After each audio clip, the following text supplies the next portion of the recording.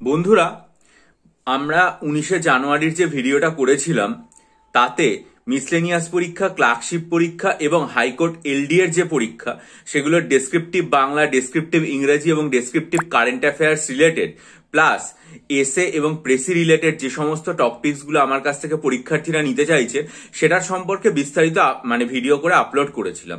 বহু পরীক্ষার্থী নিয়েছেন, নিতে আগ্রহ প্রকাশ করেছেন, যোগাযোগ করেছেন। যারা নিতে চান তারা 19শে জানুয়ারির যে ভিডিওটা, সেটা এই ভিডিওর ডেসক্রিপশন বক্সে লিঙ্কটা দিল। আপনারা প্রথমে ভালো করে এই ভিডিওটা দেখে 19শে জানুয়ারির ভিডিওটাও দেখে নেবেন, দেখে আমার সাথে যোগাযোগ করবেন। অথবা দেখবেন আমার চ্যানেলের 25শে জানুয়ারি কমিউনিটি পোস্টে আমি বিস্তারিত লিখেছি, বা আমার সর্বশেষ কমিউনিটি পোস্টে 19শে জানুয়ারির ভিডিওটার লিঙ্ক দেওয়া আছে। যারা স্টাডি মেটেরিয়াল নিতে চাইবেন তারা 19শে জানুয়ারির ভিডিওটা দেখে আমার সাথে যোগাযোগ করবেন।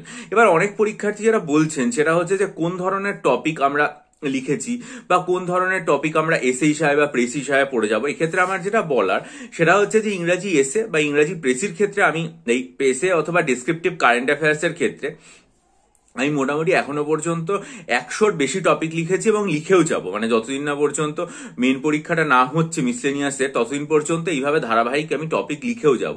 এখন দেখুন, এই যে টপিকগুলো লিখেছি সেগুলো তো সব ইংরেজিতে লেখা হয়েছে।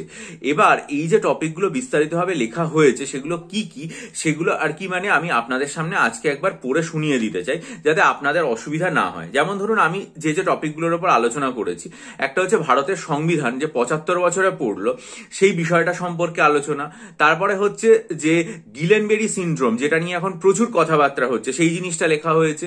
তারপর ডিপসিক, যেটা সম্প্রতি আপনারা জানতে পেরেছেন ডিপসিক সম্পর্কে, সেটা লিখেছি। ডিজিটাল অ্যারেস্টের যে বিষয়টা রয়েছে সেটা লিখেছি। আর সিটিজেনশিপ অ্যামেন্ডমেন্ট যে বিষয়টা সেটা লিখেছি, তবে সেটা বাংলায় লেখা আছে, সিটিজেনশিপ অ্যামেন্ডমেন্ট, ঠিক আছে। তারপরে হচ্ছে যে এডুকেশনাল সেক্টর, যেটা সেখানে যে ধরনের চ্যালেঞ্জগুলো হচ্ছে সেটা। তারপরে হচ্ছে বর্ডার ডিসপিউট, দুটো রাজ্যের অভ্যন্তরীণ যে বর্ডারের সমস্যা সেই বিষয়টাতে লেখা হয়েছে। টিনেজ প্রেগনেন্সি যেটা, সেই বিষয়ে লেখা হয়েছে।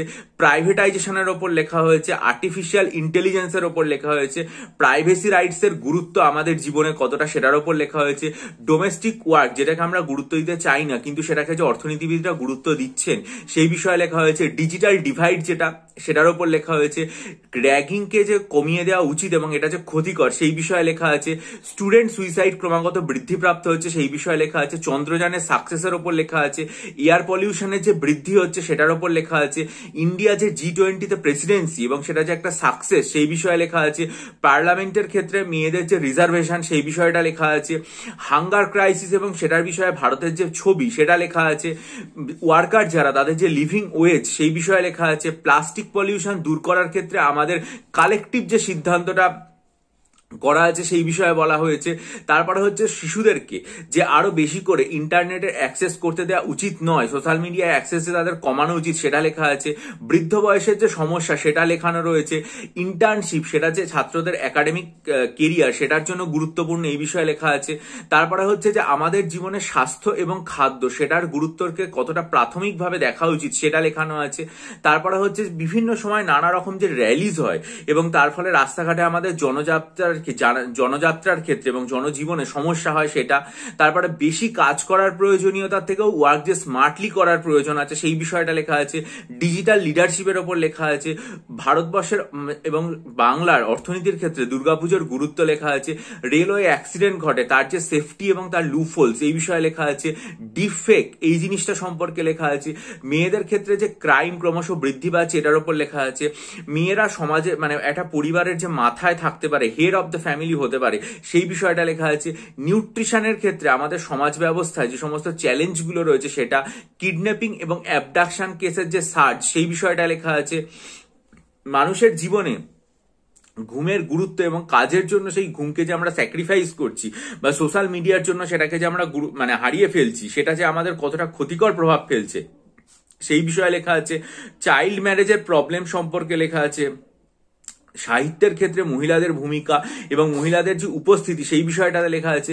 ভারতবর্ষ এবং ইন্ডিয়া দুটো নামের মধ্যে তফাৎ এবং তাদের অভ্যন্তরীণ যে রিলেশনশিপ, সেইটাতে লেখা আছে। পাবলিক ট্রান্সপোর্টেশনের যে ডিলে, সেটা যে মানুষের জীবনে কতটা সমস্যা ঘটিয়ে দেয়। তারপরে হচ্ছে যে সমাজের যে সম্পদ, সেই সম্পদ যে কিছু লোকের হাতে কুক্ষিগত, অধিকাংশ মানুষের হাতেই সম্পদ নেই, সেই যে ওয়েলথের যে ডিভাইড, সেটার উপর লেখা আছে। দেশের যে শিক্ষা ব্যবস্থা, সেটা যে গ্রামীণ শিশু যারা রয়েছে তাদের দিকে তাকিয়ে করা উচিত, সেই জিনিসটা সম্পর্কে লেখা আছে, শিশুদের মধ্যে ক্রমাগত যে ইন্টারনেট অ্যাডিকশনের প্রবণতা বাড়ছে সেটা লেখা আছে, নিউট্রিশনাল ভ্যালু যে ক্রমশ নিচের দিকে নেমে আসছে সেটা, ট্রাফিকিং এটা যে সমাজের ক্ষেত্রে মহিলা এবং শিশুদের ক্ষেত্রে কত বড় সমস্যা সেটাতে লেখা আছে, ওয়ান নেশন ওয়ান ইলেকশন সেই বিষয়টা সম্পর্কে লেখা আছে, মাতৃত্বের যে সমস্যা সেই জিনিসটা লেখা আছে, আমরা যে সমাজে মানে একটা মানসিকতা আছে যে আমরা পুরুষ সন্তান চাই, কিন্তু আমাদের মহিলা সন্তান যে বা মহিলা শিশু সন্তান যারা রয়েছে তাদেরকে যদি কন্যা শিশু আমরা দত্তক নিই সেই বিষয়টা সম্পর্কে লেখা আছে, এই যে চারিদিকে হিট ওয়েভ বয়ে আছে তার ইম্প্যাক্ট কি করে পড়ছে এবং সেটা যে আমাদের ওয়াটার রিসোর্সকে খুব খারাপভাবে ক্ষতিগ্রস্ত করছে সেই জিনিসটা লেখা আছে, কিভাবে যারা ছোট ছোট শিশু রয়েছেন তাদেরকে অনলাইন বিষয় সম্পর্কে জানানো যাবে সেই জিনিসটা সম্পর্কে লেখানো রয়েছে, ডিজিটাল অ্যারেস্টের বিষয়ে লেখানো রয়েছে, শিশুদের মধ্যে টোবাকো অ্যাডিকশন বৃদ্ধি পাচ্ছে সেটা লেখা আছে, ভারতের সাথে বাংলাদেশের ওয়াটার ডিসপিউট সম্বন্ধে লেখা আছে,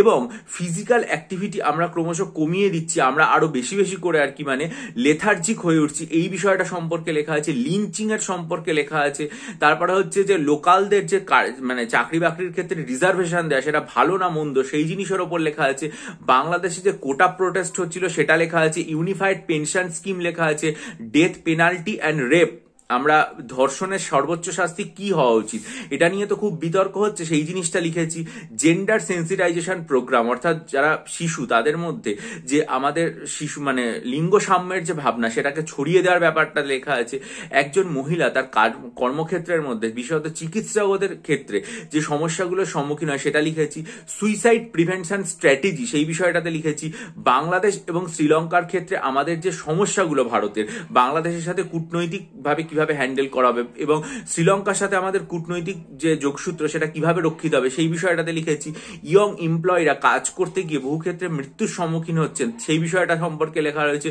বিশান সিং বেদি স্পিন অফ সর্দার তার উপরে লেখা হয়েছে, সাইক্লোন এবং ক্লাইমেট চেঞ্জের প্রভাব কি হয় সেটার উপরে, তারপরে ইউ মাইগ্রেশন পলিসি ঠিক আছে যে একটা দেশ থেকে অন্য দেশে এবং অভিবাসীদেরকে যা বর্তমানে আমেরিকা সরিয়ে দিচ্ছে সেই বিষয়টা সম্পর্কে লেখা হয়েছে, ডাক্তারদের রাইট এবং পাশাপাশি যে মেডিকেল নেগলিজেন্সের অভিযোগ ওঠে সেই বিষয়টা লেখা আছে, করাপশনের পারসেপশন সেই বিষয়টা লেখা আছে, ইউনিফর্ম সিভিল কোডের ওপর লেখা রয়েছে, এবং মানুষের ক্ষেত্রে বা হিউম্যান কনসাসের ক্ষেত্রে আর্টিফিশিয়াল ইন্টেলিজেন্সের যে প্রবণতা সেটার উপর লেখা রয়েছে, ইনকাম অ্যান্ড ওয়েলথ ইনইকুয়ালিটি লেখা হয়েছে, তারপরে হচ্ছে যে মোটামুটি ডিসকন্টিনিউশন অফ ট্রাম সার্ভিস যেটা কলকাতায় হলো এই বিষয়টা লেখা হয়েছে, বাংলা যে ক্লাসিক্যাল ল্যাঙ্গুয়েজ সেটা লেখা হয়েছে, ম্যারেজ যে বহু ক্ষেত্রে মহিলাদের ক্ষেত্রে একটা অসুবিধার জগৎ তৈরি করে সেই বিষয়টাতে লেখা হয়েছে, সুপ্রিম কোর্টে যে নতুন স্ট্যাচু অফ জাস্টিস এসছে সেই বিষয়টা লিখেছি, সাইবার ক্রাইমগুলো লিখেছি, ভারতবর্ষের সাথে আমেরিকার সম্পর্ক, ডার্ক ট্যুরিজমের যে ব্যাপারটা সেই বিষয়টা দেখা গেছে, টিউবারকিউলিসদের বার্ডেন ভারতবর্ষের উপর কিভাবে আসছে,